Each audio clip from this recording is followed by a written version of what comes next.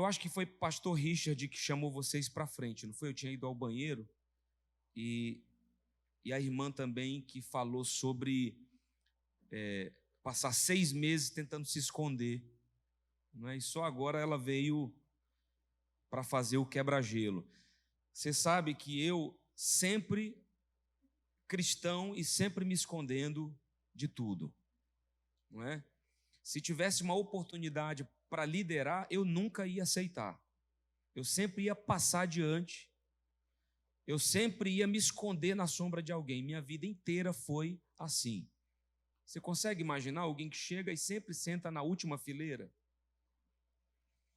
E não quer ver o nome dele mencionado? Não quer ser chamado à frente? Que num apelo, no final de uma palavra, tem medo de levantar a mão porque o pastor pode chamar para orar por ele? E ele vai estar lá no altar? Eu era esse tipo de pessoa. Me escondia de tudo. E aí uma igreja, Deus traz e põe na minha mão para eu pastorear. Parece brincadeira. Não é verdade? E às vezes eu paro para pensar e chego à conclusão de que às vezes quando a gente não quer muito é que Deus vai perseguir a gente. Mas quando a gente fica pedindo demais, enchendo a paciência, parece que Deus não espera, que não está no momento ainda. Mas quando você quer fugir, meu irmão, você vai ser perseguido. A unção da perseguição. E Deus vai botar gente que você nunca viu na vida, que não te conhece, para te dar uma palavra, porque você está fugindo, Deus tem algo para fazer e você está se escondendo, não é? Como Davi, lá de trás das malhadas, pastoreando as ovelhas do Pai, mas foi ele que Deus escolheu para vir para frente das trincheiras, para reinar. E você precisa entender isso nessa noite, enquanto essa chave não virar na sua cabeça e no seu coração, você vai viver uma vida que não é plena em Deus. Agora, quando você entender isso e decidir se render e se entregar, você vai viver o que Deus tem para você. Senão, o tempo vai passar. Eu gosto de série, eu tenho até que me policiar para não ficar viciado, porque passa a ser uma coisa que não é de Deus, não é? Mas tem uma série que eu e a minha esposa a gente está assistindo na Netflix chamada The Crown, né? Que é o que? A coroa, que fala da família real inglesa. Eu acho interessante a história deles. E a história da família conta o seguinte, que quando chega o momento do Duque de Windsor assumir o trono, ele assume. Só que ele só passa 10 meses como rei, ele não aguenta. Ele não aguenta a pressão, ele não aguenta os desafios da liderança, de se tornar um rei. E a história conta que ele abdica do trono. E o irmão dele mais novo assume. Ele era o primogênito. Ele deveria estar à frente. Mas o irmão mais novo então assume o trono. E depois morre e a rainha Elizabeth, então a filha, assume o trono. Uma mulher. Meu Deus. Você sabe qual era o sonho da rainha Elizabeth? Era cuidar de cavalo. Ela não queria outra coisa. A biografia dela conta que ela queria realmente fazer outra coisa da vida. Mas uma mulher, eu imagino que todo mundo deve ter duvidado, não é verdade, não? E hoje, nós ainda somos machistas, na época muito mais. Se você vê uma mulher dirigindo, você fica preocupado. Se você é homem, fala a verdade, irmão. Lá vai a mulher, deixa eu me proteger aqui. Meu Jesus, de repente. Ou então, se fez uma manobra errada, você já diz sem saber quem está no volante. Duvido se não é uma mulher. As mulheres têm o preconceito dos homens. Imagina uma mulher assumir um trono de um reino, que não era só um país, eram países unidos, era um reino unido. Mas essa mulher, meu irmão, é uma Highlander. Assistiu aquele filme? Quem assistiu entendeu, quem não assistiu não entendeu foi nada. É antigo, é antigo. É porque, irmão, essa mulher, ela viu uma série de primeiros ministros passarem, mas ela continua no trono. Ela é forte. Ela enfrentou muita coisa para estar onde ela está hoje. E o que eu quero te dizer nessa noite, nesse treinamento pastoral de líderes, é que ela enfrentou muita coisa, mas também viveu muita coisa bonita. Você sabe que ela, numa época, levou o Billy Graham para pregar no palácio. Para ouvir a palavra de Deus, ela convidou Billy Graham várias vezes para ter momentos com ela e para pregar nos cultos, porque a rainha, ela também é a líder da igreja evangélica anglicana na Inglaterra. Ela é a maior autoridade evangélica do país. Ela crê em Jesus, a família real crê em Jesus. Então, ela assumiu um desafio e nós temos um desafio. Só que o medo das responsabilidades nos fazem fugir. A gente foge. Não foge, irmão, fala a verdade. A gente tem medo. Aí se casa, tinha medo de casar, se casa. Meu Deus, como é que eu vou ser como marido? Será que eu vou ser uma boa esposa? Casou, venceu o medo de casar. Aí agora tem o medo de ser pai e mãe. Que tipo de pai eu vou ser? Irmão, é verdade porque eu também tinha. Eu não tive medo de casar, mas eu tive medo de ser pai. Será que eu vou ser um bom pai? Será que eu vou dar conta disso? Será que vai dar certo isso para mim?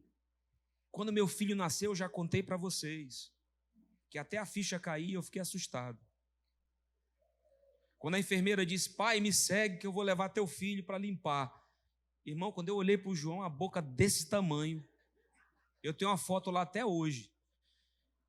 E a gente vai pegar... Já levou teu filho numa pediatra? Irmão, é assustador. Tem uma pediatra que a gente levou o João, que eu fiquei com medo. Porque você pega no seu filho bebê, assim, a mulher pegou ele pelas duas pernas, levantou assim, sacudiu. Meu Deus, que mulher doida, bateu na barriga. Esse menino é forte. Rapaz, levei o João para fazer uma fisioterapia. O homem tinha uma mão do tamanho do mundo. O menino chorava, ele assim mesmo, papai. Pum! Digo, rapaz, então... Aí ela rapidinho embolou o João, girou ele, botou ele numa roupa. Toma, pum, no meu braço. Irmão, o menino só chorava. Eu tenho uma foto dela. Aí ela disse, tem foto, tem celular aí? Tenho. Ela já foi e ela mesma já tirou a foto. Né? E eu tenho essa foto lá em casa, mas na hora o João não parava de chorar e eu pensei, e agora o que é que eu faço da minha vida? Como que eu vou fazer esse menino parar de chorar, meu pai? Então você tem medo do novo. Você tem medo do que pode vir. Agora, eu quero te dizer isso. Vamos ver se está funcionando. Não deixe as responsabilidades da vida entulharem o seu prazer de viver. Irmãos, eu vou falar uma coisa para vocês. Deus está virando uma chave no meu coração, ultimamente. Eu me sinto sendo transicionado por Deus. Eu estou entendendo um pouco melhor isso. Porque às vezes as dificuldades entulham a nossa alegria de viver. É como dizer para você o que eu disse agora, o trabalho que um filho dá pode nos tirar o prazer de ser pai. Tem gente que está clamando, Deus, eu sou estéril, eu quero ser mãe, me ajuda. E quem é mãe não está valorizando, está só reclamando porque o menino dá trabalho. Ter que dividir um quarto ou compartilhar as roupas pode nos tirar o prazer de ter um irmão. Mas tem muita gente que nasceu e se tornou filho único e até hoje lamenta, nunca tive um irmão para compartilhar, para brincar, para dividir as coisas. Mas tem gente que está reclamando porque tem que dividir. Ter pais que corrigem podem nos tirar o prazer de ainda tê-los vivos. Tem gente que está reclamando do pai e da mãe, mas tem gente que está dizendo, como eu tenho saudade de ter pai e mãe. Um motor com problema em um carro pode nos tirar a alegria de ter um carro. Uma pessoa, escute isso, difícil no ministério ou no grupo de crescimento, pode nos tirar o prazer de servir a Deus em nosso chamado para liderar. Porque tem gente que é difícil. Tem gente que vai te gerar luta. Você realmente vai ter um trabalho com ele. E ele pode te tirar o prazer de liderar. Me diz que você nunca chegou na igreja se desviando de alguém. Eita, lá vem fulano. Meu Deus, não me viu. Viu o que o pastor Dario falou aqui no Achados? Que às vezes ele está num avião, quando ele vê alguém chato entrar, que ele sabe quem é, ele finge que está dormindo. Para não falar com a pessoa. Achei engraçado ele admitir aquilo na frente de todo mundo. Mas foi ele que falou, não fui eu. Mas tem gente que é difícil, está gravado. As responsabilidades da vida podem nos tirar a alegria de sermos úteis e frutíferos no reino. É por isso que tem muita gente que, ao invés de ter prazer em servir, está fazendo isso com um peso muito grande. Deus não quer isso para você. Agora, a solução não é desistir, é mudar a tua perspectiva e a tua visão. É virar a chave do teu coração. Vocês estão compreendendo um pouquinho do que eu estou falando? É interessante saber que Jesus nos alertou sobre isso.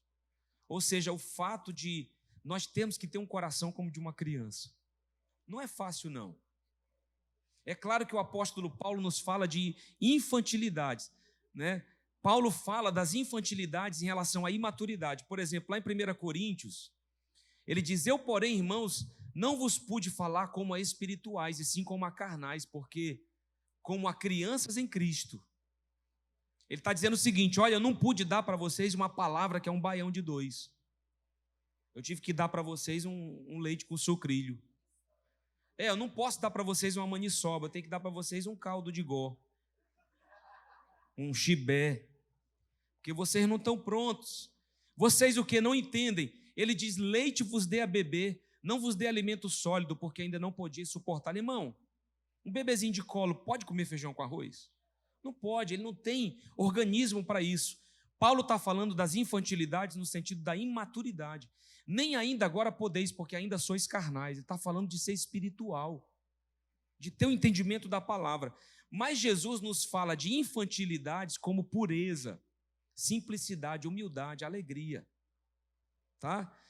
E Mateus, eu vou pedir só que você acompanhe no telão, para a gente remir o tempo. Mateus, Jesus diz assim, perguntando: quem é porventura o maior no reino dos céus? E Jesus, chamando uma criança, colocou-a no meio deles e disse: em verdade vos digo que se não vos converterdes e não vos tornardes como crianças, de modo algum entrareis no reino dos céus.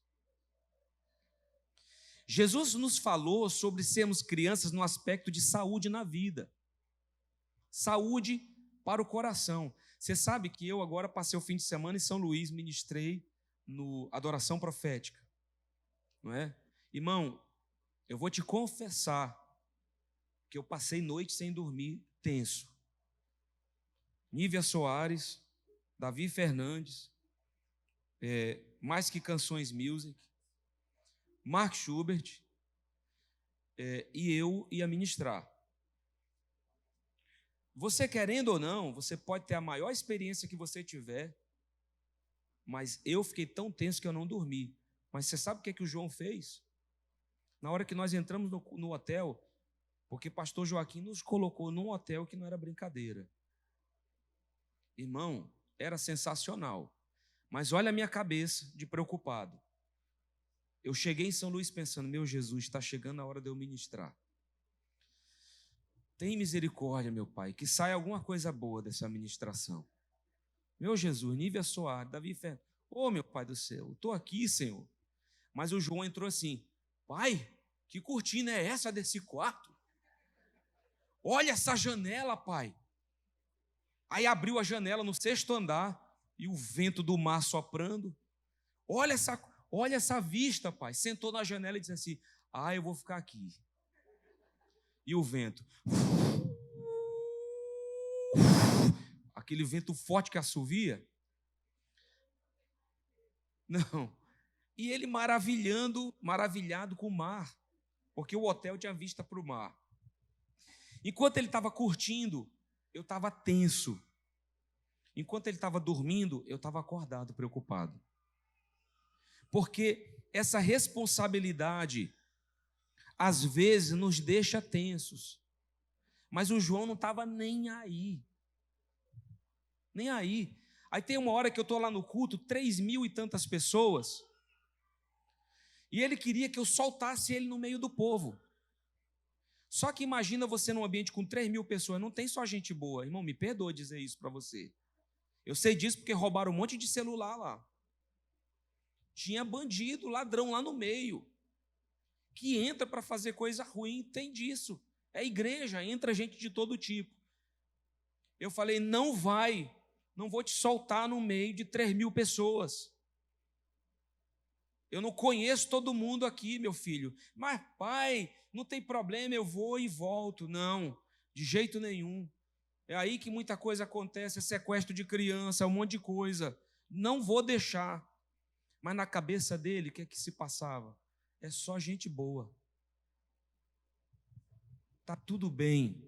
É só crente, é igreja, eu posso. Mas eu, na minha maturidade, eu tenho um temor. É claro, você precisa ser maduro, você precisa ser esperto como a serpente, mas você também precisa ser puro como a pomba. Simples. Esse é o desafio de um líder. Então nós temos que ter esse coração, o coração saudável de um líder. Olha para esse irmão do seu lado e diz, meu irmão, você tem que ter esse coração, cara. Você que tem que ter esse coração bom, rapaz. Esse coração que vê coisas boas de Deus. Mas as responsabilidades de um ministério ou de um chamado podem gerar duas coisas distintas em alguém. Presta atenção nisso. Isso vai te proteger. Pode tornar uma pessoa sábia, o ministério pode tornar uma pessoa sábia, madura e ainda mais apaixonada por Jesus. Ou pode tornar uma pessoa crítica, descrente, ferida na alma. Tem muita gente ferida na alma, descrente, crítica, não consegue mais ouvir uma pregação, não consegue mais ouvir um conselho, não consegue mais se submeter.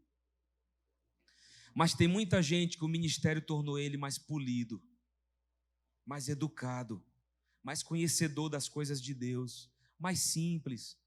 Porque para alguns, quando eles têm acesso ao poder, eles se ensoberbecem. Mas para aqueles que são equilibrados, o poder os faz ainda mais simples e humildes. Uma vez eu falei para o meu pastor, como eu te admiro, pastor. Pastor Joaquim, como eu te admiro, como você é importante na minha vida. Ele disse assim mesmo para mim, meu filho, isso só aumenta a minha responsabilidade. De continuar sendo um bom exemplo para você, de continuar sendo bênção na sua vida. Agora, quem nós aqui vamos escolher ser? Aqueles que estão feridos, do ministério, das responsabilidades, das dificuldades, ou aqueles que estão se tornando mais maduros e melhores com o tempo? Irmão, eu quero escolher me tornar melhor e mais maduro com o tempo. Eu quero escolher crescer com o tempo, me tornar um líder que dá conta de mais, que pode suportar mais, que pode alcançar mais vidas, que pode influenciar mais pessoas, mas isso depende da nossa visão e das nossas escolhas. Você faz aniversário e convida 100 pessoas, 100 convidados, porque hoje a gente conta, né? Entrega aqueles convitezinhos pequenos. É por cabeça. Agora é virtual, tá? Daqui a pouco tudo é virtual. Aí, dos 100 convidados que você convidou, vem 99. 99. Mas você fica mais triste pelo um que faltou do que você se alegra pelos 99 que vieram. Tem alguém assim aqui? Não. Tu é assim, Odes? Então temos que orar. É isso mesmo, tá certo, foi corajoso, gostei. É forte. Não, comigo também. Irmão, não tem nenhum super-homem aqui, não. Essa coisa de ansiedade, isso pode atingir qualquer um de nós. Qualquer um de nós, essa é a verdade. Quantas vezes eu fui corrigido pela minha esposa? Eu acho que a Aline também, né, Odes? Nesses 12 anos de caminhada pastoral, quantas coisas eu tive que vencer para liderar. E o mais desafiador na vida de um líder não diz respeito às regras. Olha só isso. Não diz respeito às regras da liderança. Você compra um manual. A Bíblia te mostra o que fazer. Alguém experiente te dá um conselho. Esse não é o desafio. O desafio é quando as pessoas vêm contra e resistem você. Vai me dizer que é legal quando você é pai e vai corrigir um filho e o filho te resiste? Né? Não, pai, não vou fazer isso. Né? E resiste a uma direção que você está dando. Ou finge que não está nem aí para o que você está dizendo para ele fazer. Já aconteceu isso na sua casa ou só na minha? E ainda reclama do que você está pedindo para ele fazer? Não é? Então, o desafio da liderança não é a liderança em si nas regras, mas é as pessoas resistirem à sua liderança, ao seu comando. Mas em tudo isso, nós precisamos escolher esse caminho de saúde. Jesus Cristo, que é o nosso maior exemplo, nos mostrou isso com várias atitudes. Mas eu vejo isso de maneira especial. Você sabe que quando Jesus é traído, lá no Getsêmani, que Judas o entrega com um beijo, lá no livro de Mateus, na tradução lá de Mateus, você vai encontrar Jesus dizendo: amigo, para que vieste aqui? Por que você está aqui, Judas? Por que você está fazendo isso? Não é? Você já pensou você liderar alguém e ser traído depois de confiar até os recursos financeiros do seu ministério? E Judas já tinha feito outras coisas, como roubar das ofertas, como falar daquela mulher que derramou perfume nos pés de Jesus. Esse dinheiro podia ser usado para dar comida aos pobres. Depois de tudo, Jesus ainda chama Judas de amigo. Jesus manteve seu coração saudável até o fim, sendo capaz até mesmo de pedir ao Pai, vocês lembram disso? Que perdoasse aqueles que o conduziram à cruz. Pai, perdoa, porque eles não sabem o que estão fazendo. Pai, não imputa sobre eles, não põe sobre eles esse pecado, eles não têm consciência do que estão fazendo. Eles não estão entendendo que eles estão crucificando o Salvador. Senhor, não leva isso em consideração, Pai. Ele foi capaz de orar por quem o levou à cruz para a sua morte. Irmãos, eu penso que esse deve ser o coração de um pastor. Esse deve ser o coração de um líder. Esse deve ser o coração de alguém que quer desenvolver um ministério saudável, que não permite que as ofensas alcancem seu coração. E eu vou falar para você, se muitas ofensas ainda alcançam teu coração, é porque o orgulho precisa morrer um pouco mais. Porque pessoas humildes de verdade, elas não vão se ofender com facilidade. Pessoas que reconhecem que a sua posição é para servir, elas não vão se ofender com facilidade. Mas pessoas que ainda estão na posição de quererem ser servidas, essas vão se ofender com muita facilidade. Vão se achar inferiores, menosprezadas. É claro que você precisa entender o seu lugar, porque líder também tem que defender sua autoridade. E também não pode ser desrespeitado, desonrado. Há um limite. E você talvez em algum ponto tem que se impor. Ei, me respeita. Eu sou teu pai, rapaz. Eu te amo, eu sou teu pai, mas isso aqui, desobediência, eu não vou aceitar. Nós vamos ter que ter uma conversa mais séria. Tudo tem limite.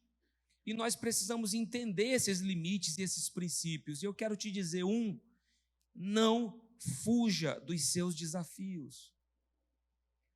Se você fugir uma vez, você vai fugir e vai continuar fugindo depois. Irmão, vida triste de pessoas que estão fugindo do chamado.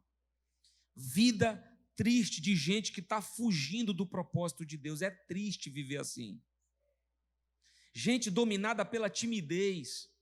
Gente dominada pelo medo.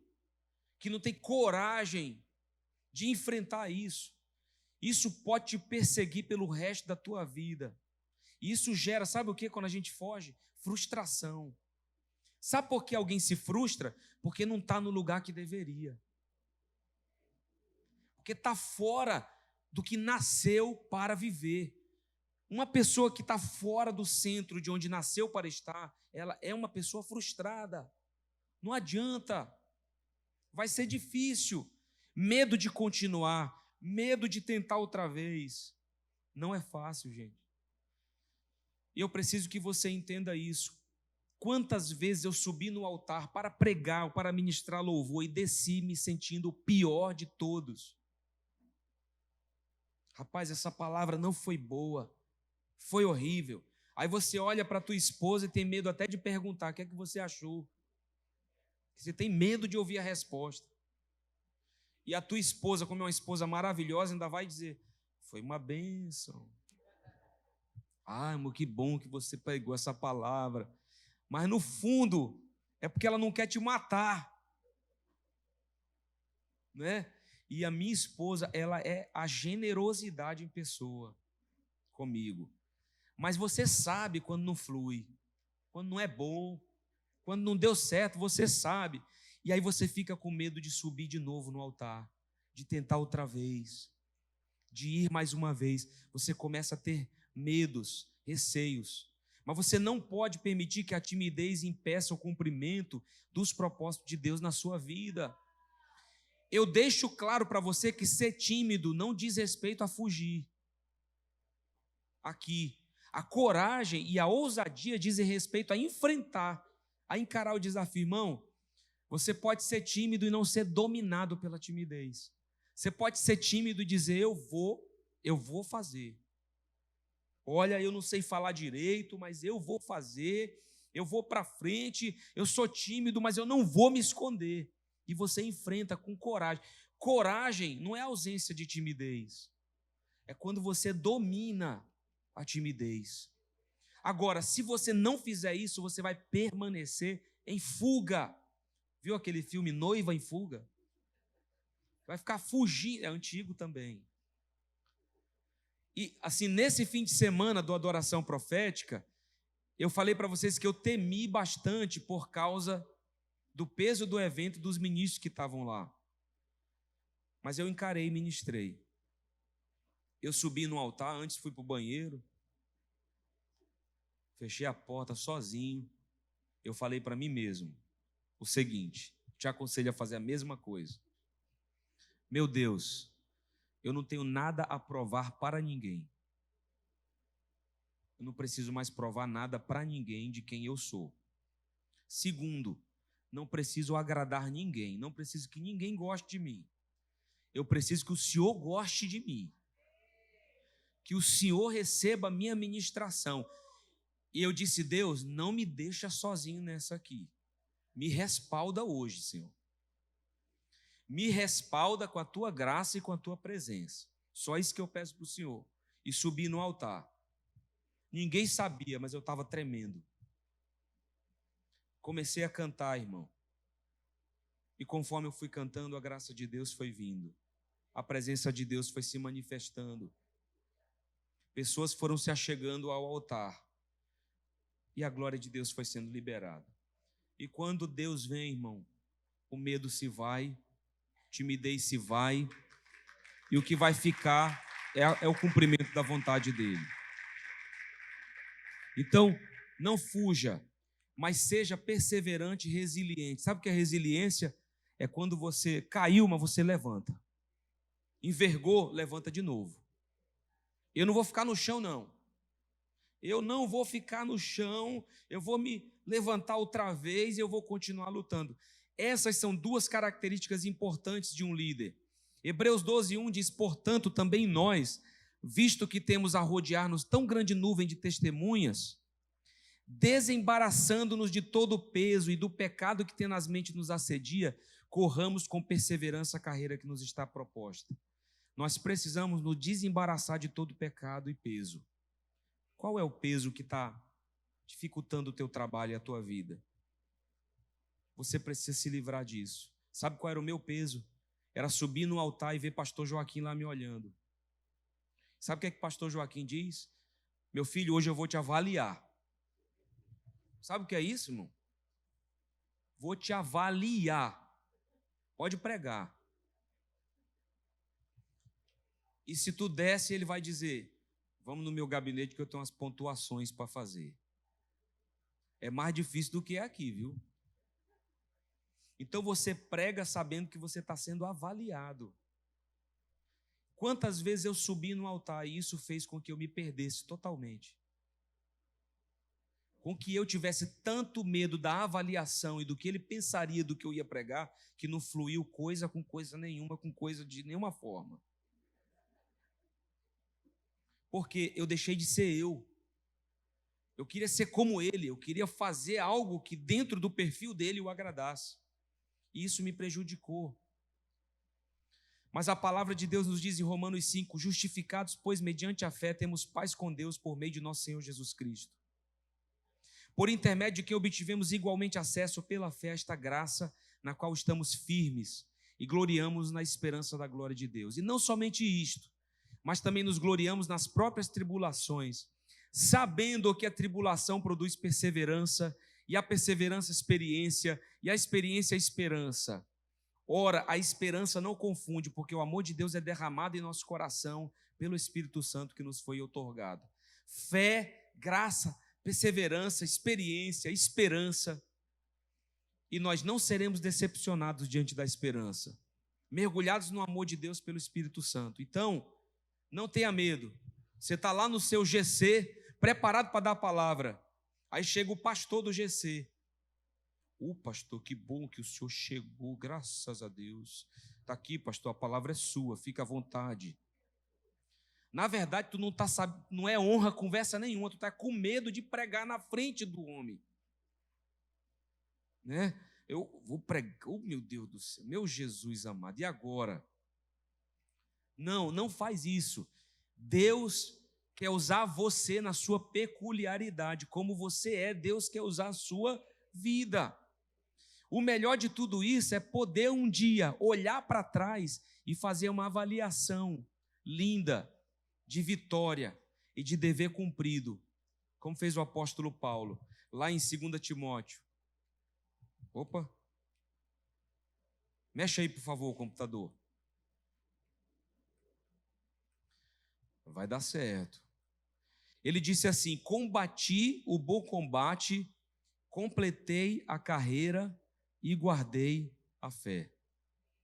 Irmão, quem que quer olhar para trás e dizer assim, desisti, eu parei, eu não continuei lutando, mas você sabe que uma das melhores coisas que eu tenho no meu coração é poder olhar para trás e dizer, graças a Deus que eu estou lutando até aqui. Eu não parei, não.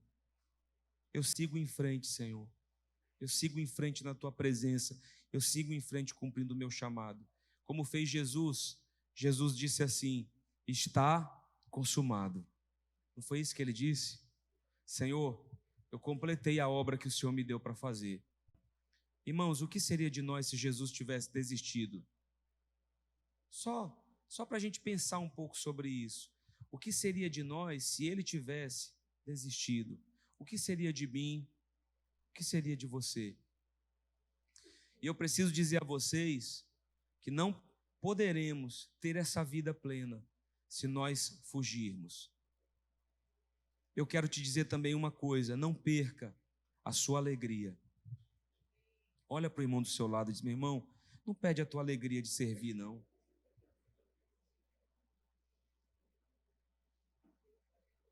Não perde a tua alegria de fazer as coisas para Deus.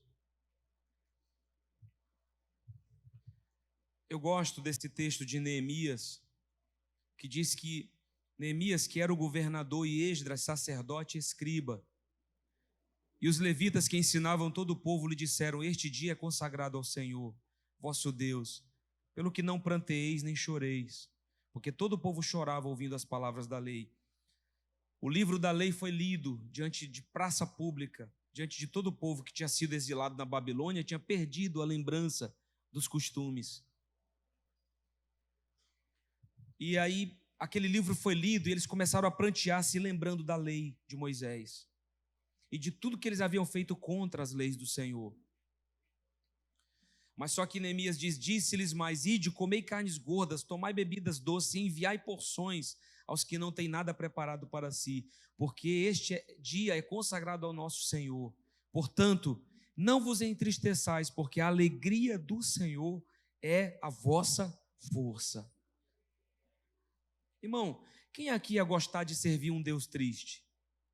Tem alguém que fosse colocar um propósito diante de Deus, um pedido de oração, e Deus respondesse com tristeza? Já pensou você chegando com Deus dizendo assim: Deus, a vida está difícil, é tanta luta, e Deus dizendo assim: é mesmo, né, meu filho? A vida é uma desgraça. Eu sei disso, é luta mesmo. Quando eu estive aí na terra, o negócio foi forte. Eu sofri demais. Ô vida sofrida essa sua aí, meu filho. Né? É um sofrimento. Eu só posso aqui ficar te observando. Quem é que quer servir um Deus desse, irmão?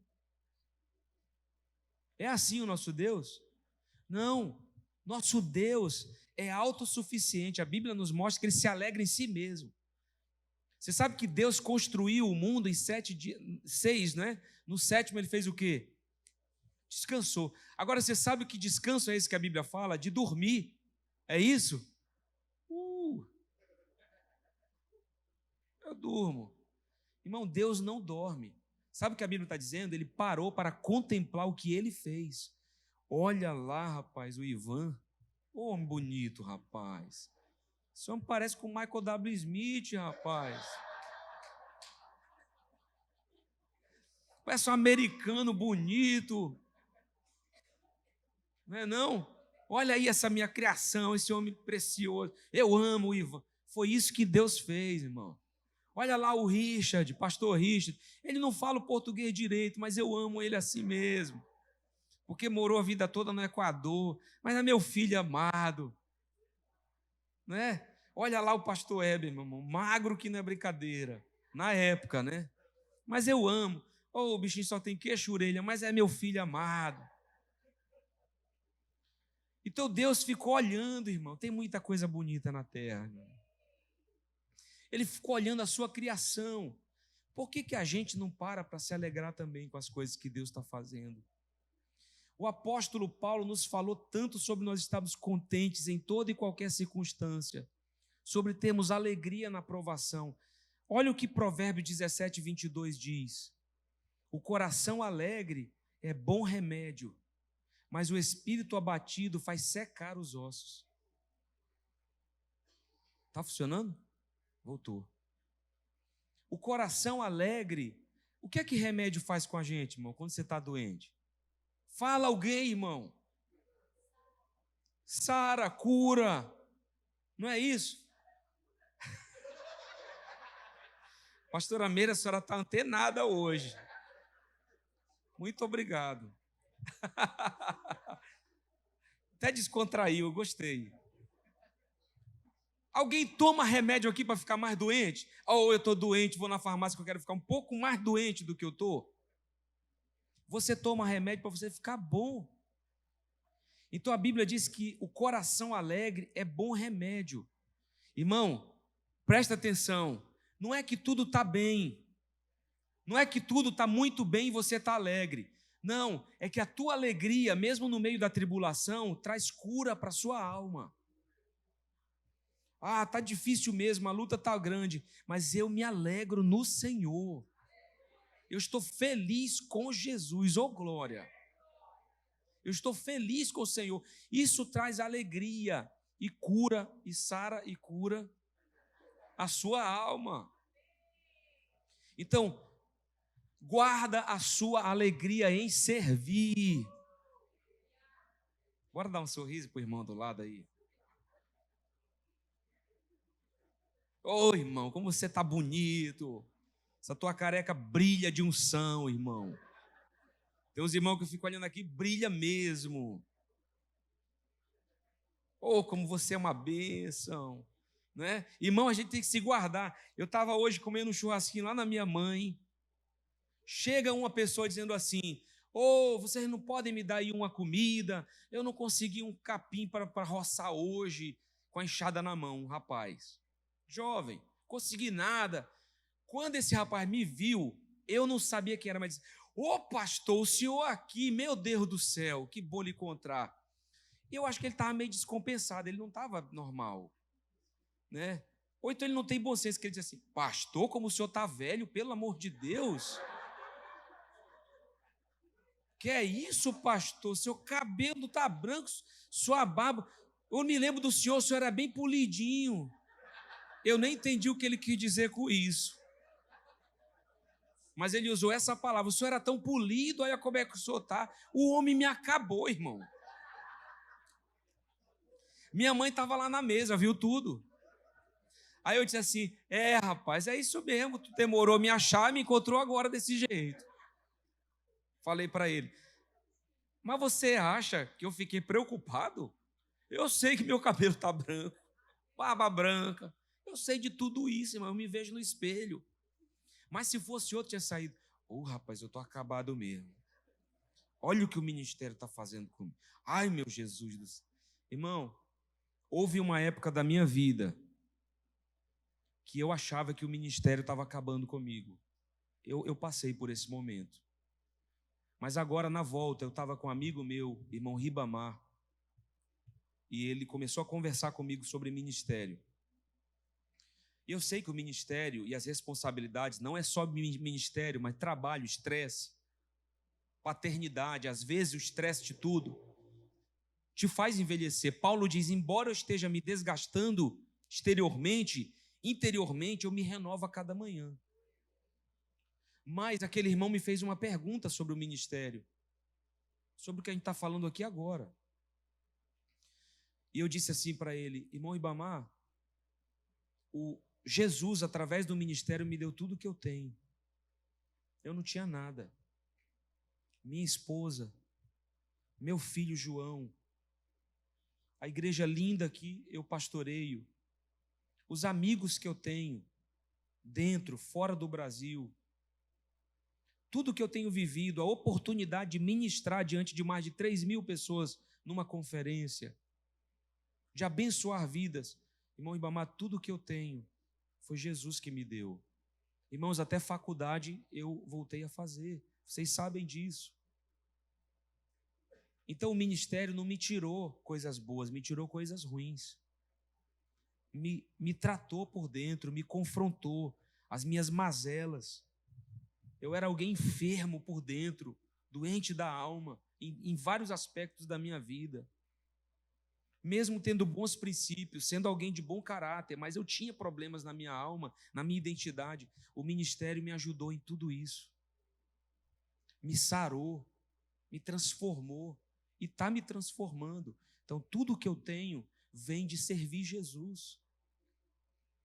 Esse tem que ser o nosso pensamento. O que eu tenho é porque eu sirvo o Senhor.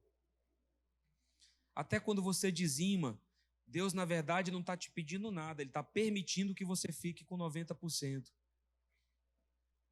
É isso que Ele está fazendo com você. Pare de querer ou tentar provar o teu valor. Eu disse isso no início, não se compara. Deus tem uma identidade para você. Quando eu aprendi isso, irmãos, a chave virou. Reputação e autoridade são conquistadas com o tempo e as experiências. Não queremos ouvir pessoas sem frutos e sem testemunho de vida. Quem é que quer seguir derrotado? Me fala, irmão. Quem é que quer ser liderado por um pastor que só conta desgraça e derrota? Que diz que o ministério é horrível? Que tem um coração miserável? Ninguém quer ser liderado por pessoas assim. Ninguém quer ter um pai assim, uma mãe assim, um irmão assim. Nós não queremos andar com pessoas assim. Nós temos que entender que a vida traz consequências e lutas, mas Jesus, Ele tem nos dado do bom e do melhor dessa terra. Ele tem nos abençoado, Ele tem cuidado, a gente cantou isso hoje. Então, pensa sobre isso, se renda e deixe fluir. Quanto antes você fizer isso, vai ser melhor. Nós queremos bonança. Irmão, quem aqui quer bonança sem Jesus? Ou uma tempestade com Jesus? Eu prefiro por meio da tempestade com Jesus. Obediência gera bênção. Nisso tudo também nós precisamos considerar o nosso temor a Deus e ao seu chamado. E eu estou terminando. No centro da vontade de Deus, como diz o Dandu, que tem paz, poder e provisão. E nós teremos o respaldo de Deus. Tudo que eu tinha era tão pouco perto do que Jesus tem feito hoje. Não deixa que a ansiedade e as preocupações dominem a tua vida, como disse em Mateus 6. Buscai, pois, em primeiro lugar o reino de Deus, a sua justiça, e todas as demais coisas vos serão acrescentadas. Jesus disse, lá no Getsêmani, suando como gotas de sangue, em extrema e profunda angústia: Pai, se for possível, passa de mim esse cálice, todavia não seja como eu quero, e sim como tu queres. Seja feita a tua vontade na minha vida. 1 Coríntios diz, graças a Deus que nos dá vitória por intermédio de nosso Senhor Jesus Cristo. Portanto, meus amados irmãos, sede firmes, inabaláveis e sempre abundantes na obra do Senhor, sabendo que no Senhor o vosso trabalho não é vão. Eu quero profetizar sobre a tua vida uma liderança próspera. Uma liderança, e eu faço isso debaixo da unção do Espírito de Deus, uma liderança próspera, uma liderança influente, uma liderança humilde e simples, mas cheia e carregada de autoridade e respeito. Você não vai precisar gritar, falar alto, para provar que você manda. Não, as tuas palavras, elas terão peso. Por mais mansas que sejam, elas serão densas e pesadas de autoridade. E as pessoas vão te respeitar por isso e vão te seguir, porque você não vai ter uma palavra de miséria, você vai ter uma palavra de fé, de ousadia, de ânimo para entregar essas pessoas e para abençoar a vida delas. Você tem que receber isso sobre a tua vida. Charles Spurgeon disse o seguinte, eu gostei disso: sempre que seu zelo esfriar, faça de Deus o seu único alvo.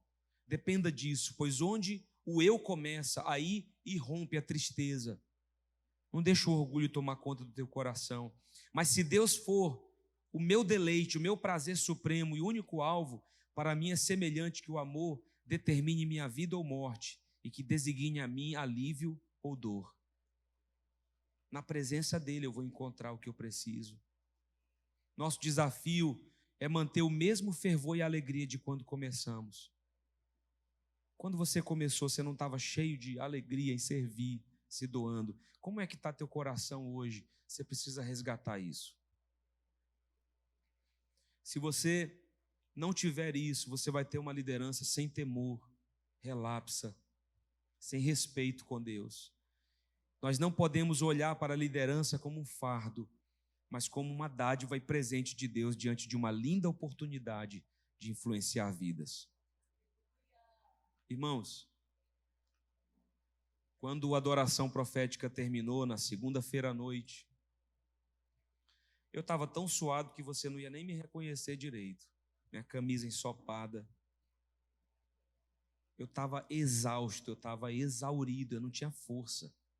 Minha voz quase não saía.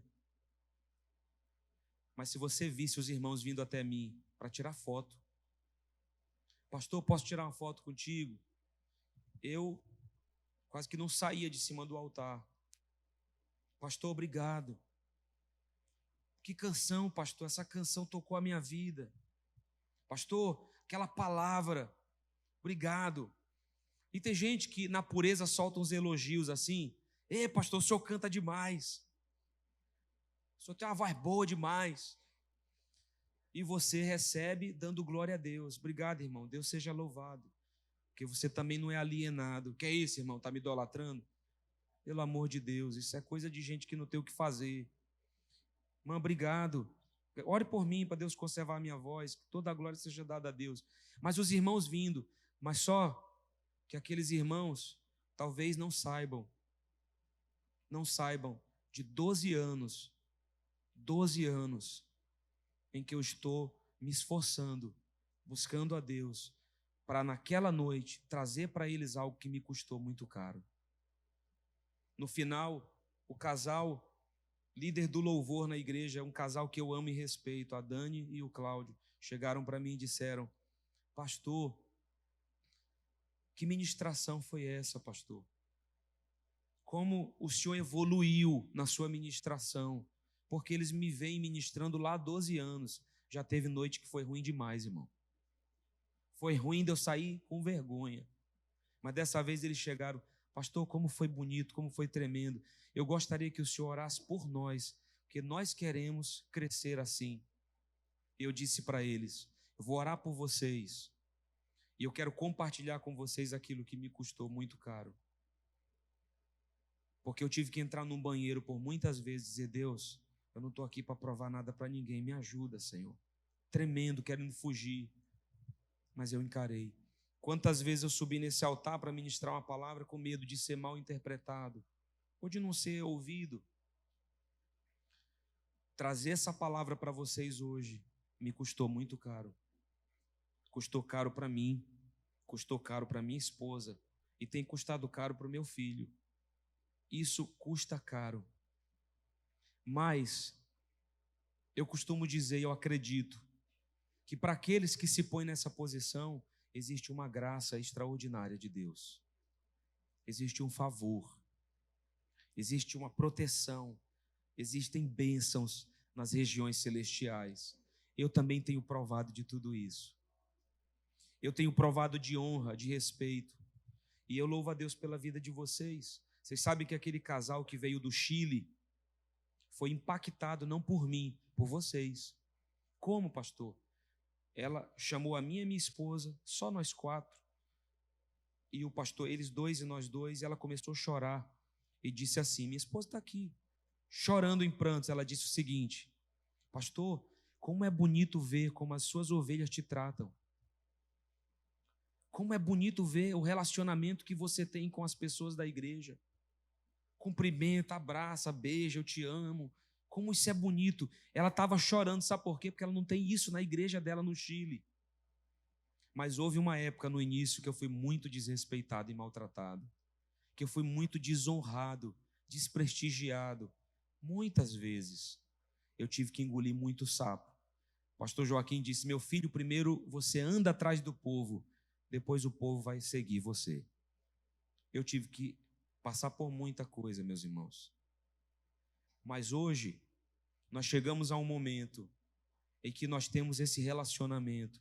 Isso custou caro para mim, custou caro para vocês. Porque quem decidiu ficar debaixo do meu pastoreio, eu sendo tão jovem e inexperiente, sofreu muito também, por causa da minha imaturidade. Eu tenho muito para aprender, mas tudo que a gente vive hoje custou caro.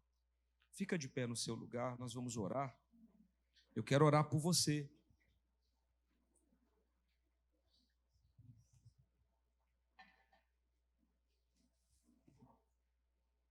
Eu gostaria de orar por todo mundo.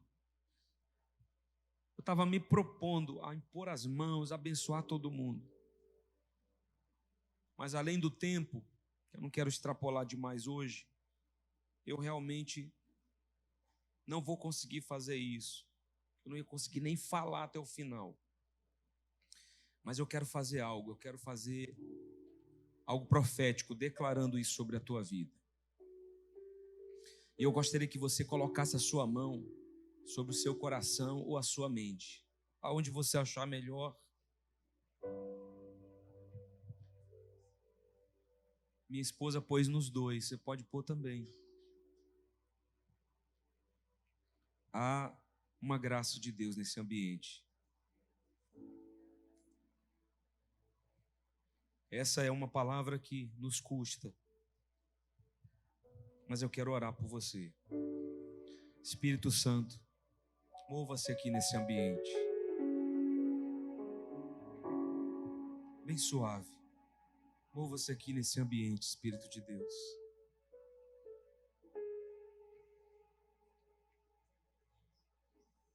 Mova-se aqui, Senhor. Nós estamos hoje no treinamento pastoral de líderes.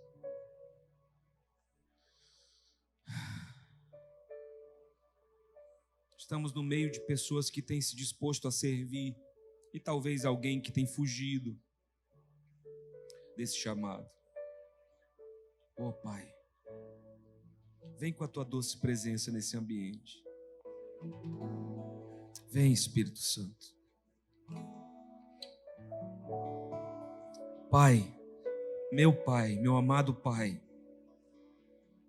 abra os céus agora, Senhor. Abra os céus. Pode abrir, Senhor. as comportas dos céus. Vai chovendo com a tua graça. Vai chovendo com a tua unção que despedaça o jugo da timidez, o jugo da covardia, o jugo da frustração, da falta de identidade, o jugo da comparação, o jugo da falta de alegria. Vai despedaçando isso agora mesmo. Senhor, envia teus anjos ministradores a esse ambiente. Vai desfazendo tudo isso. Vai destruindo essas barreiras. Vai destruindo com esses impedimentos. Vai destruindo com essas frustrações. Pai, vai fazendo algo novo aqui, Senhor. Através do teu Santo Espírito. Aquele que é o nosso melhor amigo, o nosso consolador, que veio para habitar em nós. Vem, Espírito Santo, vem com força, vem, Espírito Santo, vem com graça. E eu declaro sobre a vida desses líderes, Senhor, o jugo do medo sendo quebrado em nome de Jesus, porque eles estão sendo envolvidos profundamente pelo teu amor, pela tua graça, pela tua presença.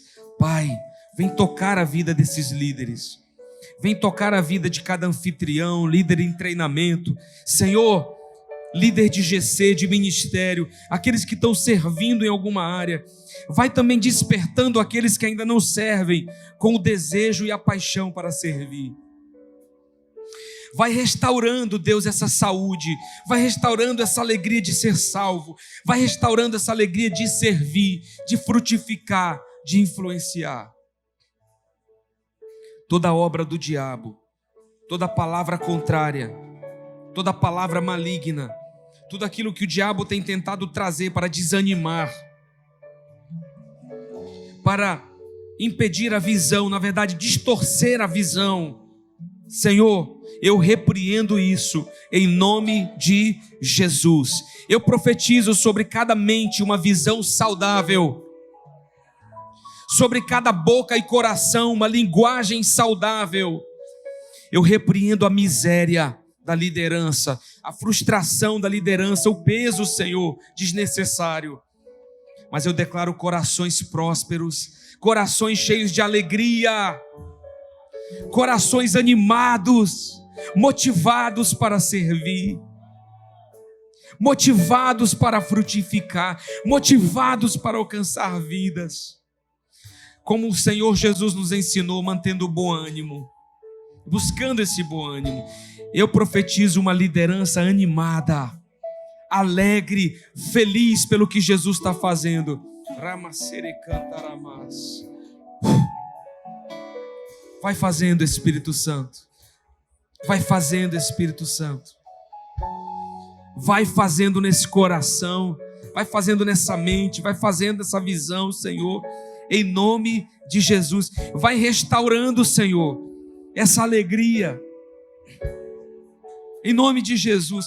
Pai, vai gerando no coração de cada líder equilíbrio entre ser humilde e entre ter autoridade na humildade.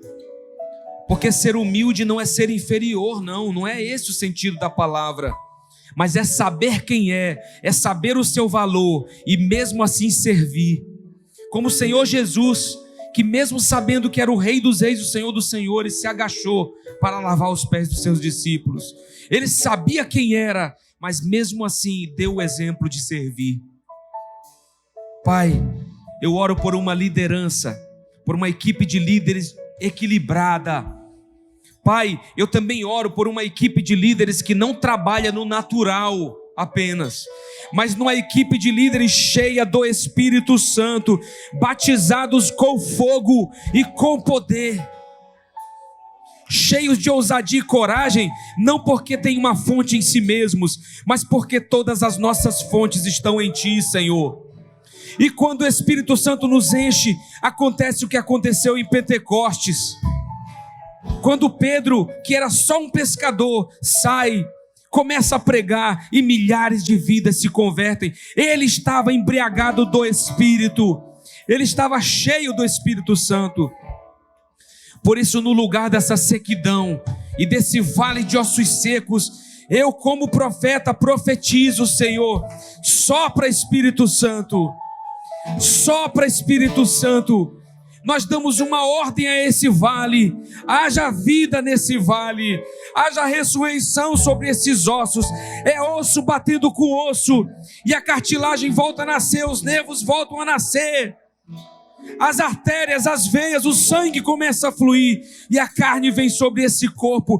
Eu profetizo vida no vale da morte, no vale dos ossos secos, Senhor, assim como eu profetizo ousadia, coragem, intrepidez, vida sobre esse coração mortificado, em nome de Jesus.